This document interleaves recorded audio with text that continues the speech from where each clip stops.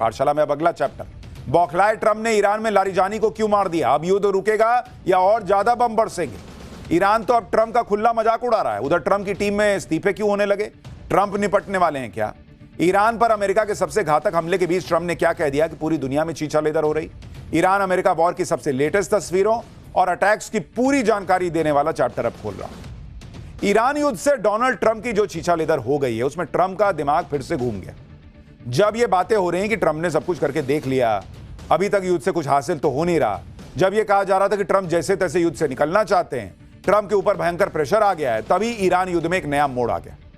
आप देखिए कि इजराइल ने दावा किया कि ईरान के रक्षा प्रमुख को मार गिराया, साथ ही IRGC का बासिज फोर्स कमांडर को भी मार गिराया गया।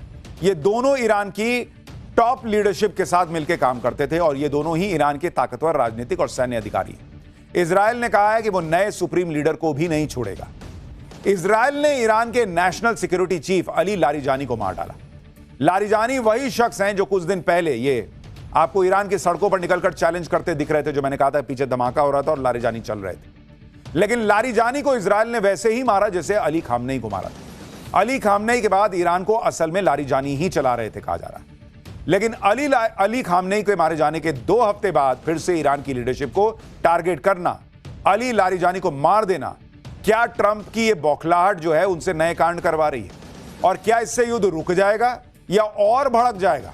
ईरान अब क्या कह रहा है, क्या धमकी दे रहा है, आपको बताऊंगा। उधर ट्रंप की कैसे छीछालेदर बढ़ती जा रही है। अमेरिका में प्रेशर लगातार उन पर बढ़ रहा है। खुद ट्रंप की टीम के लोग अब इस्तीफा दे रहे हैं और ट्रंप को एक्सपोज कर रहे हैं। ट्रंप की टीम में किसने ईरान युद्ध का विरोध करते हुए इस्तीफा दे दिया? कैसे ईरान पर बम गिराते गिराते डोनाल्ड ट्रंप के ऊपर ही धमाके होने लगे? अमेरिका में कैसे महंगाई का बम फट गया है? यह सब बताऊं उससे पहले एक झलक देखिए।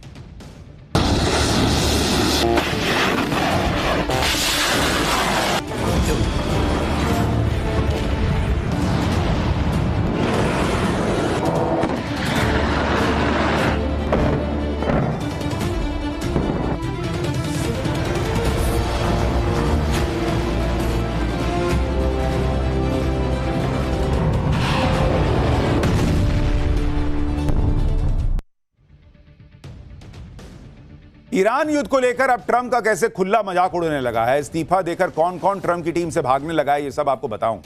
उससे पहले ट्रंप ने जो नया कांड किया है उसके बारे में बात करना जरूरी है, क्योंकि इस नए कांड ने ईरान अमेरिका के युद्ध में नया ट्विस्ट ला दिया है। ट्रंप जहां युद्ध को लेकर फंसे हुए हैं, वहीं इजराइल ने कुछ ऐसा कर दिया जिससे यह युद्ध और भड़क गया है। इजराइल ने बड़ा दावा किया है कि उसने ईरान के रक्षा प्रमुख अली लारिजानी को एक एयर स्ट्राइक में मार गिराया है। अली लारिजानी ईरान के ताकतवर लोगों में से एक माने जाते हैं, जिनकी फोटो अभी आप देख रहे हैं। लारिजानी ईरान के सुप्रीम लीडर मुस्तफा खामनेई के सलाहकार भी हैं। अली लारिजानी पिछले शुक्रवार को तेहरान की सड़कों पर खुलेआम घूमते हुए दिखाई दिए थे। लारिजानी इजराइल के निशाने पर काफी समय से थे। अली लारिजानी ईरान की टॉप लीडरशिप के बेहद करीबी थे। अगर इजराइल का दावा सही है कि लारिजानी मारे गए हैं, तो यह ईरान के लिए बड़ा झटका है, क्योंकि अली खामनेई के मारे जाने के बाद अली लारिजानी ही ईरान के शासन को संभाल रहे थे। अली लारिजानी ने इजराइल और अमेरिका के खिलाफ हमलों की रणनीति बनाई। अली लारिजानी ईरान की सुप्रीम नेशनल सिक्योरिटी काउंसिल के सेक्रेटरी थे। ईरान की टॉप लीडरशिप में सबसे वरिष्ठ और प्रभावी नेता उनको माना जाता था। ईरान ने अली लारिजानी के मारे जाने की पुष्टि नहीं की। वहीं लारिजानी के सोशल मीडिया हैंडल से एक मैसेज शेयर किया गया। यह मैसेज हैंड रिटन है और कहा जा रहा कि इसे लारिजानी ने ही लिखा था। इस मैसेज में लारिजानी ने युद्ध में मारे गए लोगों को देश के लिए शहादत का हिस्सा बताया। लेकिन इजराइल खुलकर यह दावा कर रहा है कि लारिजानी को मार दिया गया है। खुद प्रधानमंत्री नेतन्याहू ने इसके बारे में सामने आकर बताया। अली लारिजानी के साथ इजराइल ने ईरान को एक और झटका दिया। इजराइल ने दावा किया है कि उसने ईरान की बासिज फोर्स के कमांडर गुलाम रेजा सुलेमानी को भी मार गिराया है। सुलेमानी बासिज फोर्स के एक कैंप में थे जब उन पर हमला किया गया। आईडीएफ के मुताबिक बासिज फोर्स ने यह कैंप लगातार हो रहे हमलों के बाद बनाया था। आईएफडी का कहना है कि इस हमले में बासिज के उप कमांडर और फोर्स के कई टॉप अधिकारी भी मारे गए। कहा जा रहा है कि गुलाम रेजा सुलेमानी 1982 में IRGC में शामिल हुए। IRGC की घरेलू सुरक्षा वाली बासिज यूनिट के प्रमुख थे। बासिज फोर्स आंतरिक सुरक्षा, मोरल पुलिसिंग का काम करती थी और विरोध प्रदर्शन को दबाने और धार्मिक कार्यक्रमों की देखरेख करती थी। 2019 में ईरान के विरोध प्रदर्शन को कुचलने में सुलेमानी का बड़ा रोल था। इसके बाद ही अमेरिका और EU ने सुलेमानी पर बैन लगा दिया था। एक ही दिन में ईरान के 2 बड़े लीडर मारे जाने की बात चल रही है। अली लारिजानी, जो ईरान के पावर कॉरिडोर में एक बड़ा नाम थे, मुस्तफा खामनेई को सुप्रीम लीडर बनाने में लारिजानी का बड़ा रोल था। दूसरी तरफ IRGC की घरेलू सुरक्षा यूनिट बासिज के कमांडर सुलेमानी के जान से मारे जाने की आंतरिक सुरक्षा कमजोर हो सकती है। क्या ईरान की टॉप लीडरशिप को इसलिए खत्म किया जा रहा है जिससे युद्ध को जल्दी खत्म किया जा सके? क्योंकि ट्रंप भले बार बार दावा कर रहे हैं कि ईरान का युद्ध खत्म हो गया है, ईरान खत्म हो गया है, वहां कोई बचा ही नहीं है, फिर भी ईरान लड़ता चला जा रहा है, पलटवार कर रहा है। क्या युद्ध से निकलने के लिए ईरान की सत्ता को निशाना बनाया जा रहा है? सुनिए ट्रंप ने युद्ध खत्म होने को लेकर अब क्या कह दिया है। If Iran, as you said, totally obliterated, got the missiles, got the first 2 rounds of leadership, Air Force gone, Navy gone, can we wrap this war up this week? Yeah, sure. Good. Will we? I don't think so, but it'll be soon. Won't be long. And we're going to have a much safer world when it's wrapped up. It'll be wrapped up soon. ये युद्ध जल्द खत्म हो जाएगा। Trump ये बात तो कई दिन से कह रहे हैं। उनके ये कहते कहते युद्ध खत्म ही नहीं हो रहा। ट्रंप युद्ध खत्म होने को लेकर कुछ भी पुख्ता नहीं कह पा रहे। दूसरी तरफ ईरान है जो ट्रंप और नेतन्याहू को लगातार चुनौती दे रहा है। ईरान की सेना तो खुलकर ट्रंप और नेतन्याहू का मजाक बना रही। ईरान की सेना ने कहा है कि जंग सोशल मीडिया पर नहीं, युद्ध के मैदान पर जीती जाती है। वो मैदान जहां अमेरिकी सेना घुसने की हिम्मत नहीं कर पा रही। मतलब ललकार रहा ईरान कि आओ ना भाई, आओ, अपना सैनिक लेके आओ यहां। ट्रंप को युद्ध का नाम एपिक फ्यूरी से बदलकर एपिक फियर कर देना चाहिए, यह तक ईरान कह रहा है। ईरान की सेना कह रही है कि ट्रंप की हिम्मत नहीं है कि वो अमेरिकी फौज को ईरान भेज सके, और इसलिए ऑपरेशन एपिक फ्यूरी को बदलकर एपिक फियर नाम दे दो। यह तुम्हारा डर दिखाता है। सुनिए कैसे ईरान मजाक उड़ा रहा है ट्रंप का। A message to the President of the United States. The outcome of war cannot be determined by tweets. The result of a war is determined in the field, the very place where you and your forces do not dare to approach, and you can only talk about it in your tweets. It's better to name this war as Epic Fear instead of Epic Fury. एक बात तो साफ दिख रही है कि Iran की पूरी लीडरशिप को भी ट्रंप खत्म कर देना तो ईरान सरेंडर के मूड में है ही नहीं। और मैंने आपको डे 1 से कहा था कि ईरान इस मूड में चल रहा है कि तुम मारने ही वाले हो ना, मारो, हम तुमको मारते मारते मरेंगे। और इसलिए जितना अमेरिका ईरान को डैमेज नहीं कर पा रहा, भाई आप फिजिकली डैमेज कर रहे हो कि भाई इधर बम फोड़ दिया, उधर बम फोड़ दिया, ये कर दिया, वो कर दिया। ईरान आपको साइकोलॉजिकली डैमेज कर रहा है। दुनिया भर में अमेरिका का रुतबा कितना कम हो चुका है आप सोच रहे हैं? जितना शेयर मार्केट नहीं गिरा है उससे ज्यादा ट्रंप की इज्जत गिर के नीचे आ चुकी है। अमेरिका की क्रेडिबिलिटी गिर के नीचे आ चुकी है। कोई ट्रंप पे भरोसा नहीं कर रहा, कोई अमेरिका को भाव नहीं दे रहा। ईरान ने वो कर दिया जो कोई नहीं कर पाया था बॉस। अमेरिका को यहां नीचे नीचे लाकर गिरा दिया उसने, उसकी इज्जत की छीछालेदर कर दी। और यह बात अली खामनेई को मारे जाने के बाद ईरान ने दुनिया को साबित करके दिखा दिया। अब लारिजानी को भी मार दिया तो उसके बाद उसका बहुत कम असर है। ईरान इससे भी झुक जाएगा लगता नहीं। ईरान जिस तरह से ताकतवर ट्रंप का सामना कर रहा है उससे खुद ट्रंप हैरान है। ईरान ने खाड़ी देशों में अमेरिकी ठिकानों को निशाना बनाया। यह तस्वीरें देखिए, इराक के बगदाद में अमेरिकी एम्बेसी पर ड्रोन से हमला किया जिसे अमेरिकी एयर डिफेंस ने रोक लिया। यह तस्वीरें देखिए कि अभी भी हमले चल रहे हैं।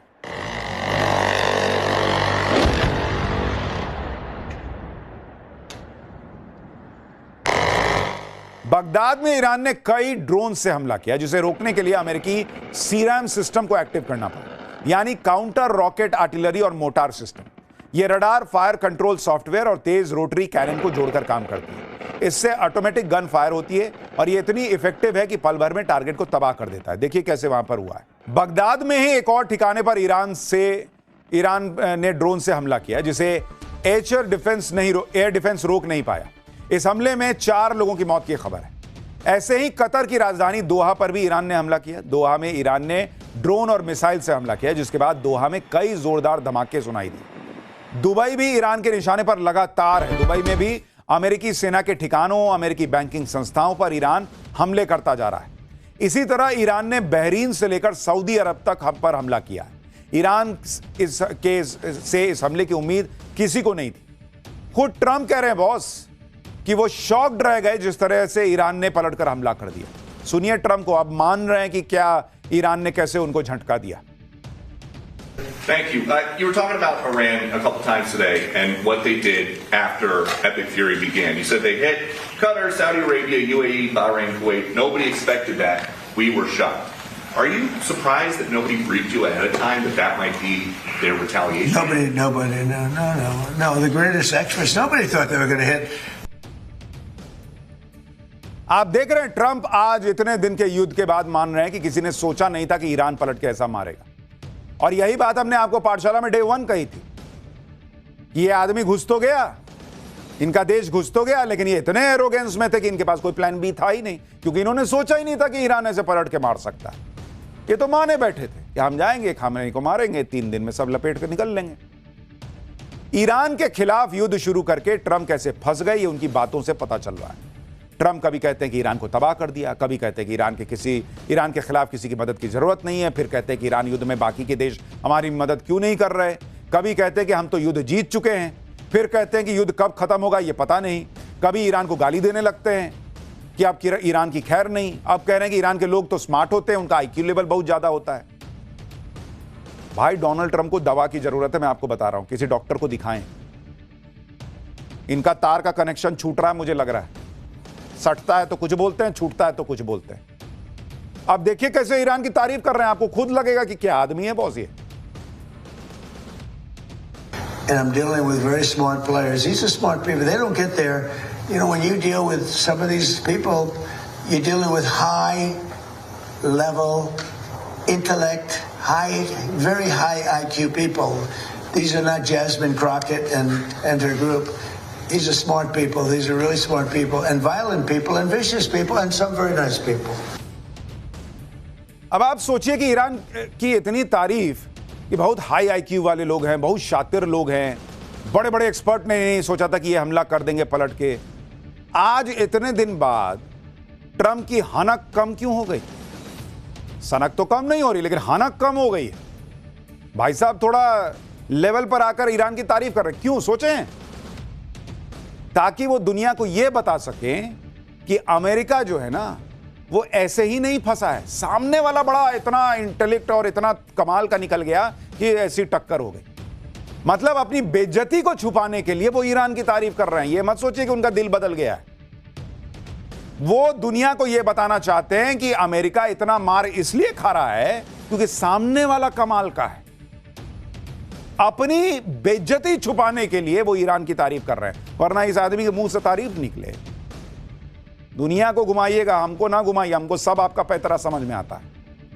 ईरान पर हमला करके ट्रंप अमेरिका में भी गिर गए। वहां उनके ईरान वॉर को बहुत कम सपोर्ट मिल रहा है। वहां सबको लग रहा है कि ट्रंप ने युद्ध में फंसा दिया है। अब तो ट्रंप की टीम में फूट पड़ गई है, ट्रंप की टीम से इस्तीफे होने लगे। ईरान पर हमला करने के फैसले के विरोध में अमेरिका में आवाजें उठने लगी हैं। डोनाल्ड ट्रंप के मनमाने फैसलों से उनकी ही टीम के लोग परेशान हैं। आप देखिए कि अमेरिका के नेशनल काउंटर टेररिज्म सेंटर के डायरेक्टर जो केंट ने इस्तीफा दे दिया। जो केंट ने कहा कि वो ईरान में चल रहे युद्ध का समर्थन नहीं कर सकते। ईरान से अमेरिका को कोई तत्काल खतरा था ही नहीं। अब यह साफ है कि हमने ये युद्ध इजराइल और उसके पावरफुल अमेरिकी समर्थकों के दबाव में शुरू किया है। अब समय आ गया है कि आप यानी ट्रंप ये सोचें कि हम ईरान में कर क्या रहे हैं और किसके लिए कर रहे हैं। यानी ट्रंप की टीम में बड़े बड़े ओहदों पे बैठे हुए लोग इस्तीफा दे रहे हैं, खुलकर ट्रंप को एक्सपोज कर रहे हैं कि झूठे घुस गए यार तुम युद्ध में और सबको फंसा दिया। ईरान के खिलाफ युद्ध की जरूरत थी नहीं, ये ट्रंप के लोग कह रहे हैं और ट्रंप को नसीहत दे रहे हैं कि भाई अभी भी युद्ध रोक दो, निकल आओ। लेकिन ट्रंप तो ट्रंप है बॉस। अब कह रहे हैं कि उन्होंने अमेरिका के एक पूर्व राष्ट्रपति से बात। पूर्व राष्ट्रपति ने कहा कि जो काम वो नहीं कर पाए वो काम ट्रंप ने कर दिया। सुनिए ट्रंप को। I've spoken to a certain president who I like, actually, a past president, former president. He said, I wish I did it. I wish I did, but they didn't do it. I'm doing it. Yeah. Which president? I can't tell you that. I don't want to embarrass him. It would be very bad for his career, even though he's got no career left. कह रहे हैं कि मैं नाम नहीं बताना चाहता, उसको शर्मिंदा नहीं करना चाहता। भर दुनिया को खुले में बेइज्जत करने वाला आदमी, इनको चिंता हो रही है कि किसी की को शर्मिंदगी झेलनी पड़ जाएगी अगर ये नाम बता देंगे। सीधा बोलिए ना भाई कि स्टोरी बना रहा है। ईरान युद्ध को लेकर अपनी तारीफ खुद ही करने वाले ट्रंप के इस बयान को लेकर लोग कह रहे हैं कि अमेरिका में 4 ही तो पूर्व राष्ट्रपति अभी जिंदा हैं और इनमें से सबने मना कर दिया कि उनकी ईरान वॉर को लेकर ट्रंप से हाल फिलहाल में कोई बात ही नहीं हुई। लोग कह रहे हैं कि क्या ट्रंप ने खुद से ही बात कर ली और कह दिया कि पूर्व राष्ट्रपति ने उनसे बात करके कहा कि ट्रंप ने ईरान युद्ध करके बहुत अच्छा किया है। ट्रंप की एक बात जो है ना वो बड़ी निराली है। वो 1 मिनट में अपने बयान बदल देते हैं, 1 मिनट ऐसे झाड़ देते हैं कि उनको कोई फर्क नहीं पड़ता। पब्लिक कहेगी झूठा झूठा झूठा, लो झाड़ दिया।